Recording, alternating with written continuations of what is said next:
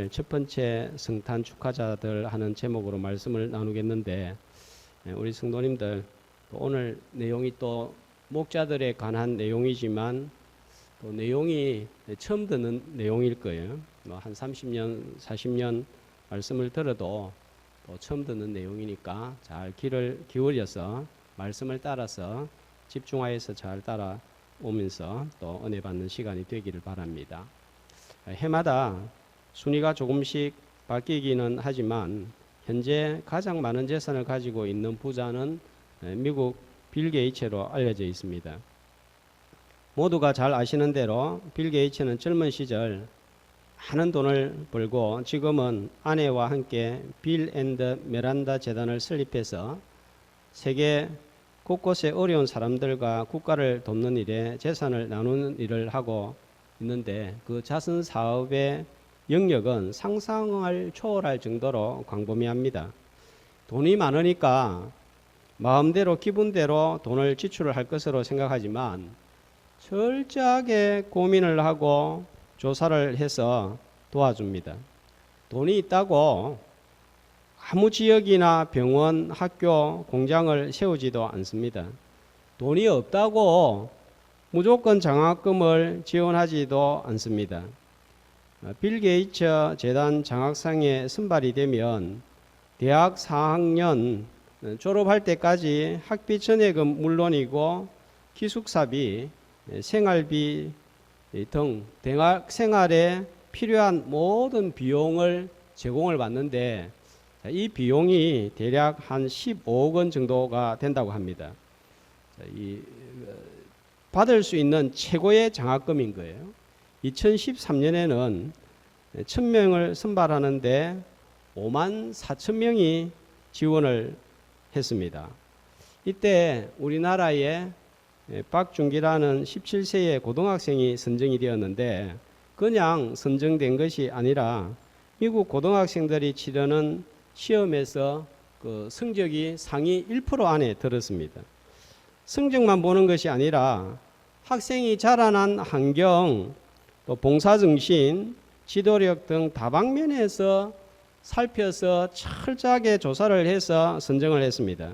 우리나라 학생들 중에 빌 게이츠 재단으로부터 장학금을 지원받은 학생들이 몇 사람이 있는데, 모두가 이런 엄격한 선발 과정을 통해서 장학금을 받았습니다. 얼마 전에 영국의 94세의 여성이 사진과 같이 전 세계 텔레비전과 신문에 알려졌습니다. 세계 최초의 코로나 백신 접종자였기 때문입니다. 이 사진을 다 한번 보셨다 생각하는데요.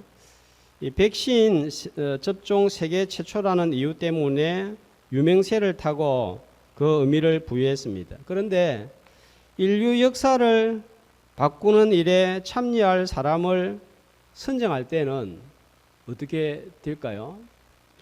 지난번 2006년인가요? 우리나라 최초의 우주인 이소연 씨를 선발할 때 2명을 뽑는데 36,206명이 지원을 했습니다. 경쟁률이 18,000대 1, 나중에는 결국 한 명만 뽑혔기 때문에 36,000대 1이었습니다. 자, 최초에 우주인 한 사람을 뽑는데 이렇게 고민을 하고 연구를 하고 갈등을 하고 선발을 해서 뽑은 거예요. 자, 그렇다면 온 세상을, 인류를 구원할 구주가 이 땅에 사람으로 오시는 사건은 완전히 세상을 새롭게 하는 일입니다. 지금까지 온 우주에서 일어난 사건들 가운데 가장 놀라운 사건입니다. 너무나 크고 놀라운 일이기 때문에 이걸 사람의 언어로 표현하는 것이 불가능합니다. 그렇다면 이 세상의 구주가 오실 때 제일 먼저 영접하는 사람은 누구를 뽑아야 될까요? 누구로 하여금 이 첫 번째 성탄의 축하를 하는 사람으로 선정을 하여야 할까요? 하나님께서 지구 위에 수많은 사람들 중에 어떤 사람을 선정하여 이 중차대한 일을 맡겨야 되겠습니까? 자, 이런 일을 맡으려고 하면 대단한 사람이어야 하지 않겠습니까?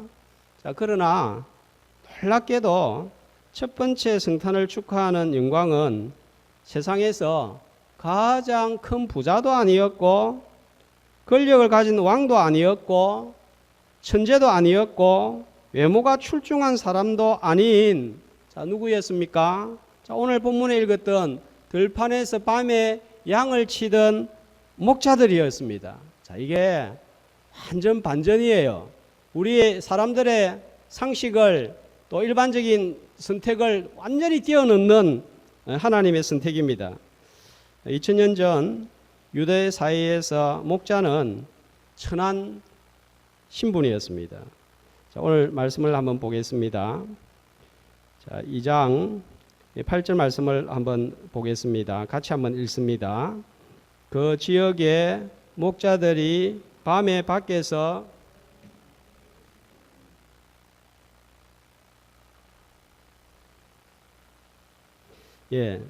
이것을 현대인의 성경으로는 이렇게 번역이 되어 있습니다. 자, 어떻게 되어 있습니까? 바로 그 부근 들판에서는 목자들이 자, 어떻게 양떼를 지키고 있다고요? 밤을 새워 양떼를 지켰다. 일을 했다. 누가 밤에 잠을 자지 않고 일을 합니까? 먹고 살 길이 어려운 사람들입니다. 모두가 잠을 자야 하는 시간에 일을 하는 하층 계급에 속한 사람들입니다. 자, 이들의 삶을 볼 때 바닥 인생처럼 보입니다. 그런데 하나님께서 최초의 성탄의 주인공으로 목자들을 선택을 했습니다. 왜 하필이면 이런 비천한 사람들을 택하여서 영광의 첫 번째 주인공이 되게 하셨을까요? 많은 분들이 목자들은 가난하고 많이 배우지 못한 사람들이었기 때문에 복음을 순수하게 받아들였기 때문이라고 합니다. 그러나 이런 주장은 전혀 성경적이지 않습니다. 가난하고 배우지 못한 사람이면 다 순수한가요? 많이 배우고 많이 가진 사람들은 순수하지 않습니까? 오히려 가난하고 배우지 못한 사람들 중에서 악하고 아주 깡팍한 사람들이 있습니다. 많이 배우고 많이 가진 사람들 중에 마음이 부드럽고 열린 사람들이 또 많습니다. 복음은 모든 사람들을 위한 것이지 어느 특정한 사람을 위한 것은 아닌 거예요. 성경을 잘 살펴보면 이 목자들은 일반 목자들이 아니었다는 것을 알 수 있습니다. 천사가 나타나서 성탄의 소식을 전하여 줍니다. 자, 11절 말씀해 보면 오늘 다윗의 동네에 너희를 위하여 구주가 나셨는데 곧 그리스도 주시니라. 12절 말씀해 보면 그렇게 기다려오던 세상의 구주는 화려하게 출생하는 것이 아니라 자, 어디에 쌓여 있다고요? 강보, 이 포대기입니다. 그냥 누더기 같은 포대에 쌓여 있는데 이것이 표적이다. 자, 그리고 천사가 찬송하면서 하늘로 올라갔습니다. 자, 이 소식을 들은 목자들의 반응이 특별한 거예요. 15절 말씀을 한번 보겠습니다. 자, 천사들이 하늘로 올라가니까 목자들은 어떻게 합니까? 서로 말하되 의논을 한 거예요. 자, 그리고 어떻게 하죠? 이루어진 일을 보자. 자, 이루어진 일을 보자 그랬습니다. 이루어졌다는 거예요. 의심하지 않았습니다. 천사가 전한 소식을 믿었습니다. 그리고 16절 말씀을 봅니다. 자, 갑니다. 어떻게 갑니까? 빨리 가는 거예요. 자, 세번역 성경으로 16절을 보면 이렇게 기록이 되어 있습니다.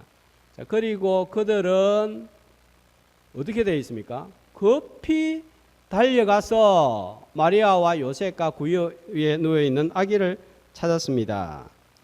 자, 우리가 천사로부터 이런 소식을 전해 들었다면 어떻게 반응했을 것 같습니까? 아이고, 우리가 너무 밤을 새워서 자주 일을 하다 보니까 헛것을 보았나. 천사의 소식을 듣고 무슨 한밤중에 홍두깨 같은 소린가, 일이나 하자, 양이나 돌보자. 그런데 이들은 이렇게 하지 않은 거예요. 믿었습니다. 빨리 달려갔습니다. 순종했습니다. 자, 이렇게 양떼를 버려두고 일을 그만두고 달려가면 수당이 줄어듭니다. 양떼를 잃을 수도 있습니다. 그러나 목자들은 손해를 감수했습니다.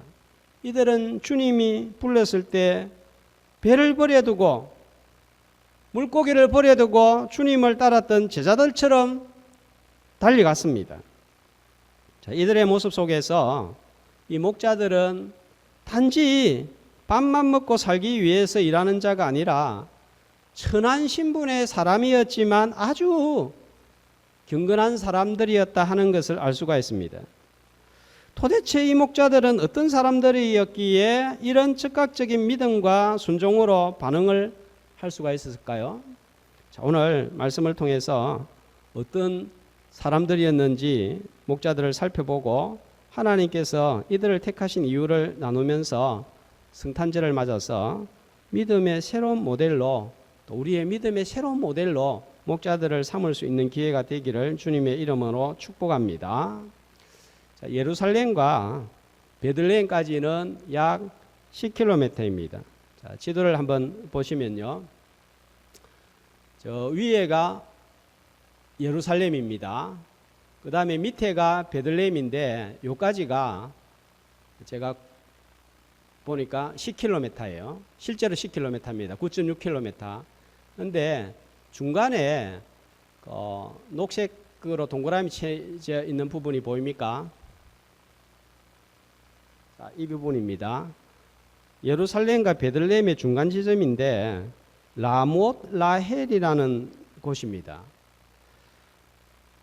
제가 이스라엘 성지순례를 가보지 못했지만 구글 지도를 통해서 확인을 했습니다. 예루살렘에서 5km, 6km 떨어진 곳입니다. 걸어가면 1시간 정도 걸립니다.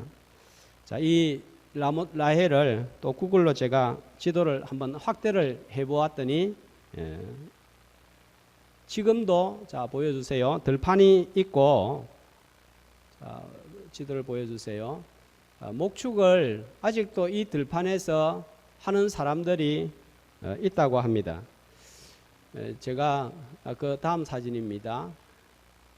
이스라엘 성지순례를 가보지는 못했지만 성지순례를 다녀온 분들에 의하면 그 라못 라헬에 가면 이렇게 적혀 있다고 합니다. 옛날 이름 벳학게렘. 예.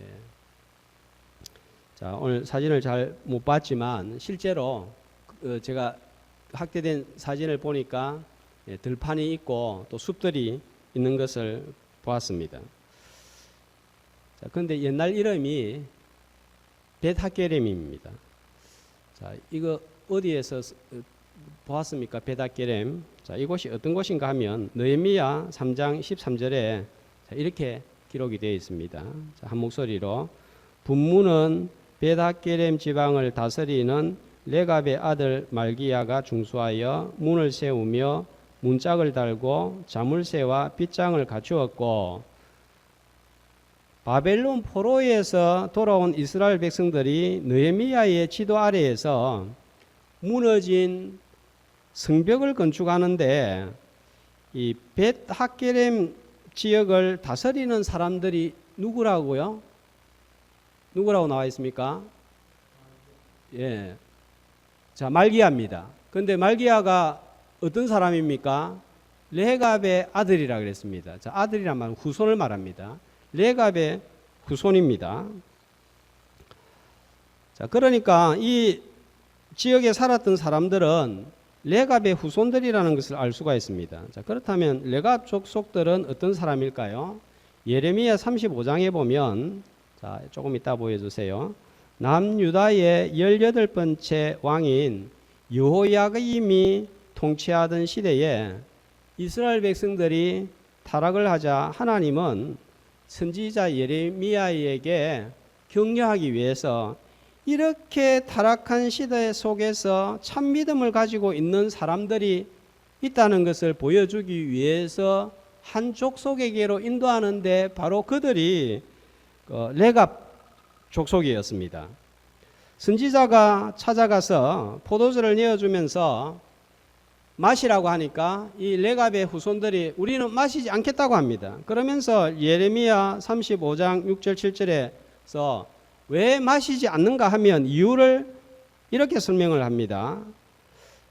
우리 선조 요나답이 우리에게 명령해서 우리 후손들은 포도주를 마시지 말고 또 포도 농사도 짓지도 말고 또 집을 짓지 말고 장막에 살아라. 이 세 가지를 부탁을 했기 때문에 우리는 선조 요나답의 신앙을 따라서 포도주는 마시지 않습니다. 이렇게 된 것입니다. 벳 하케렘 하면 뜻이 포도원의 집 하는 의미로 보아서 이 지역은 포도가 많이 자라고 있었던 것 같습니다. 우리나라에서 나주하면 뭐로 유명합니까? 배. 진영하면 단감. 청도하면 복숭아. 지금은 이야기가 좀 다르지만 옛날에는 이런 지역에서는 이런 농사를 하지 않으면 먹고 살기가 막막한 거예요. 그런데 이런 주산지에서 배농사 짓지 마라, 감농사 짓지 마라, 봉숭아 농사 하지 말라 하면은 생계 유지가 어려운 거예요.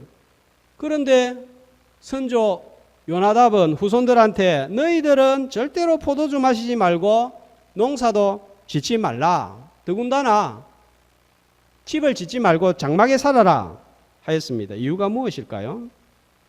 포도주 하면 술입니다. 세례 요한이 태어날 때도 이 아이는 독주를 마시지 말게 해라 했습니다. 술을 멀리해서 절제된 생활을 하고 경건을 유지하라는 의미입니다. 어떤 분들은 당시에 이 포도주가 이 지역에서는 우상 숭배에 바쳐지고 있었기 때문에 거부하라고 했다고 합니다.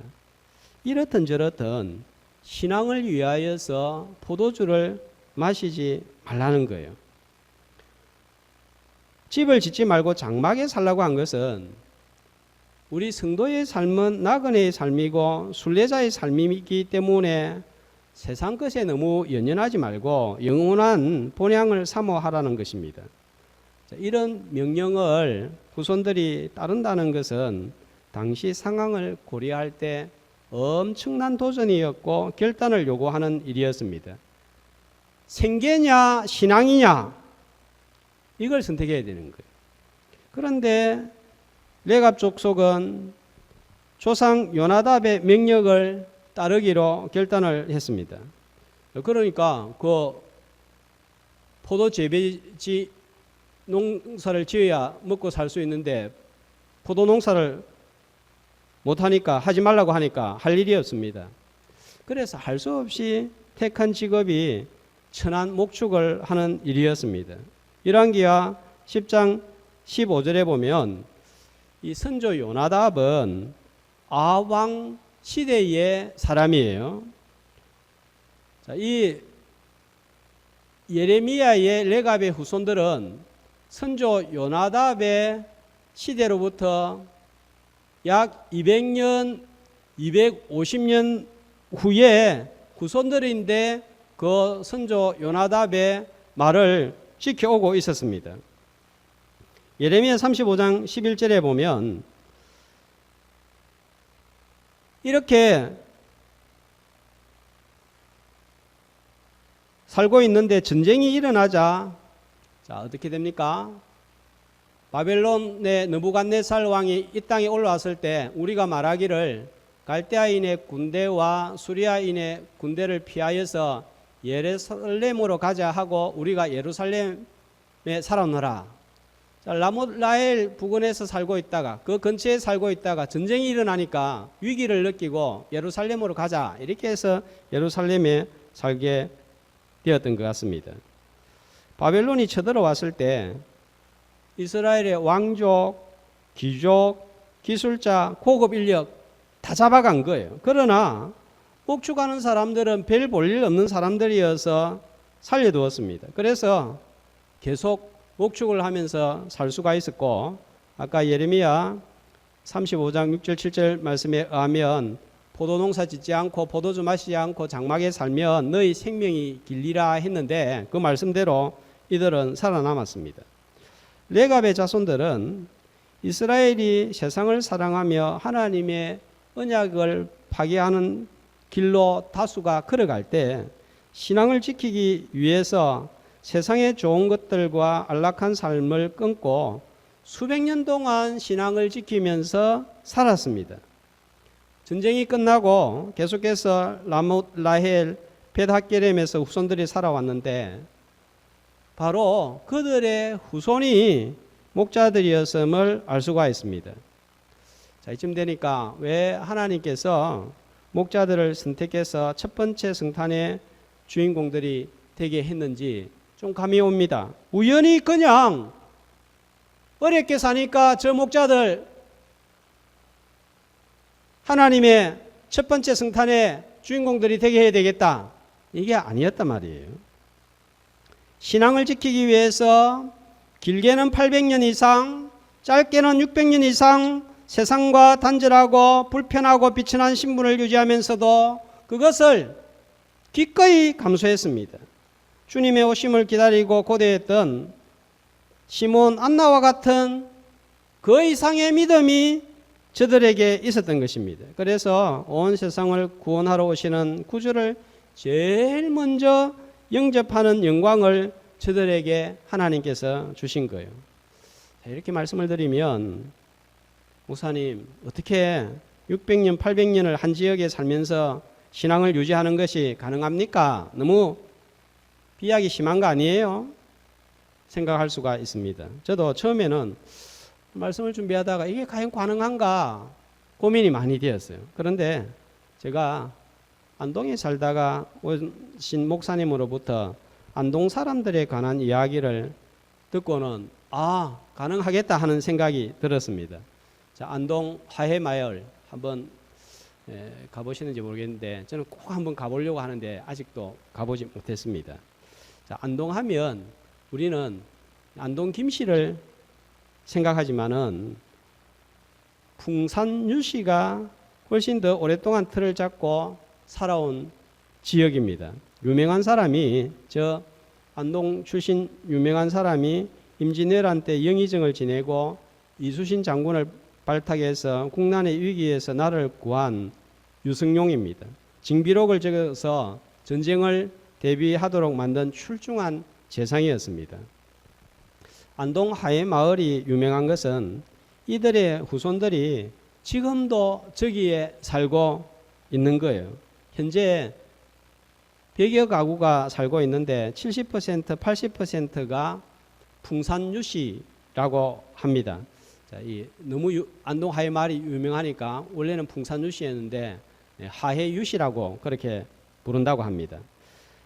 이들 중에는 그 마을의 후손들이 400년, 500년을 살면서 전통을 이어오고 있는 집들이 한두 집이 아니래.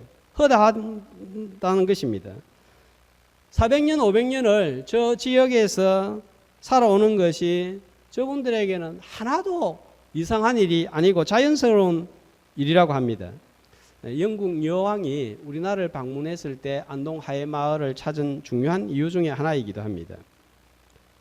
레갑의 후손들은 포도주를 마시지 않고 파종하지도 않고 집도 없이 하층 신분을 유지하면서 신앙을 지켜왔습니다. 시몬 안나는 성전에서 이들은 들판에서 오실 주님을 기다리다가 실제로 오신 주님을 만나는 영광을 제일 먼저 차지한 거예요. 세상에서는 비천하게 살았지만 하나님의 나라에서는 그들이 들판에서 바라보았던 별보다 더 빛나는 별로 인정을 받았습니다. 하늘의 천사들의 합창에 동참하는 영광을 누렸습니다. 신앙이냐 생계이냐 믿음이냐 세상이냐 이렇게 도전을 받는 시대에 우리는 살고 있습니다. 목자들은 성탄절에 주님을 사모하는 가운데 만났습니다. 목자들이 성탄절에 만나게 된 것은 우리로 하여금 오늘 이 시대에 레갑의 후손으로 살라는 메시지가 될 것입니다. 우리는 이제 다시 오셔서 우리의 모든 아픔을 고쳐주시고 눈물을 닦아주시고 한숨은 거두어 주시러 오시는 주님을 고대하고 기다리는 신약의 레갑 자손으로 살아야 할 것입니다. 레갑에 현대판 후손들이 있다면 생명과 생계의 위험을 무릅쓰고 대서양을 건너갔던 미국의 청교도들이 떠오릅니다. 배 안에서 질병으로 죽고 도착해서 굶어 죽어가면서도 대서양을 건넜던 것은, 또 신대륙에 도착해서 제일 먼저 교회를 지었던 것은 그들의 신앙을 지키기 위함이었습니다. 왜 그들이 제일 먼저 배고픔을 채울 마음이 없었겠습니까? 왜 자기 집을 먼저 짓고 싶은 마음이 없었겠습니까? 그러나 그런 상황 가운데서도 신앙을 더 우선하여 주님을 택한 것입니다. 때로는 세상에서 뒤처진 것처럼 보이고 어리석어 보입니다. 코로나 시국에 교회를 가고 헌금을 드린다는 것 바보처럼 보입니다.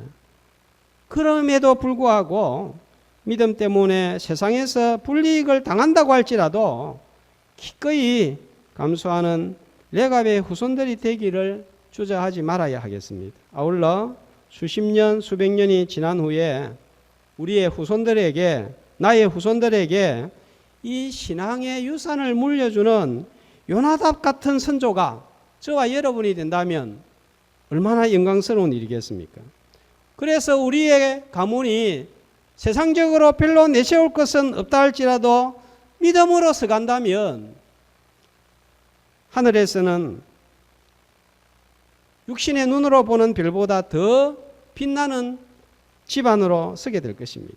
오늘 성탄절을 맞이해서 온갖 삶의 어려움 속에서 주님을 기다리다가 첫 번째 성탄의 주인공이 된 목자들처럼 흔들리는 세상 속에서도 흔들리지 않는 믿음으로 다시 오실 주님을 기다리다가 재림의 주님을 제일 먼저 영접하는 영광을 차지하는 레갑의 후손들, 저와 여러분이 되시기를 주님의 이름으로 축복합니다.